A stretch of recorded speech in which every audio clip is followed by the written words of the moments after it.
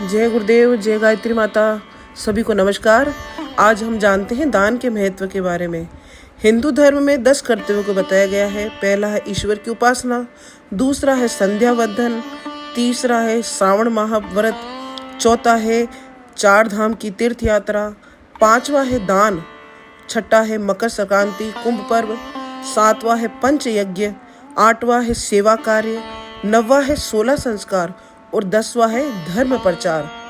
यहाँ हम दान के बारे में जानते हैं। हमारे वेदों में 3 प्रकार के दान बताए गए हैं।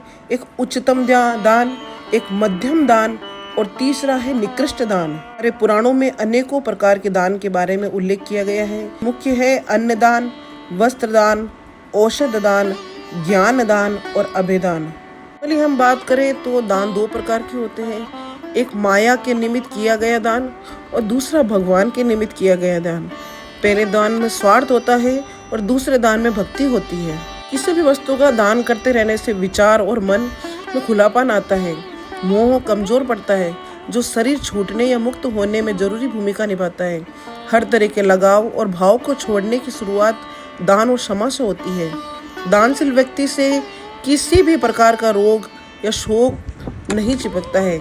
बुढ़ापे में मृत्यु सरल हो, वैराग्य हो, इसका श्रेष्ठ उपाय है दान करना। दान देना एक पुण्य कर्म भी है। माना जाता है कि दान करने से मनुष्य न केवल इस लोक में बल्कि उसका परलोक भी सुधर जाता है, उसका परलोक में भी कल्याण होता है।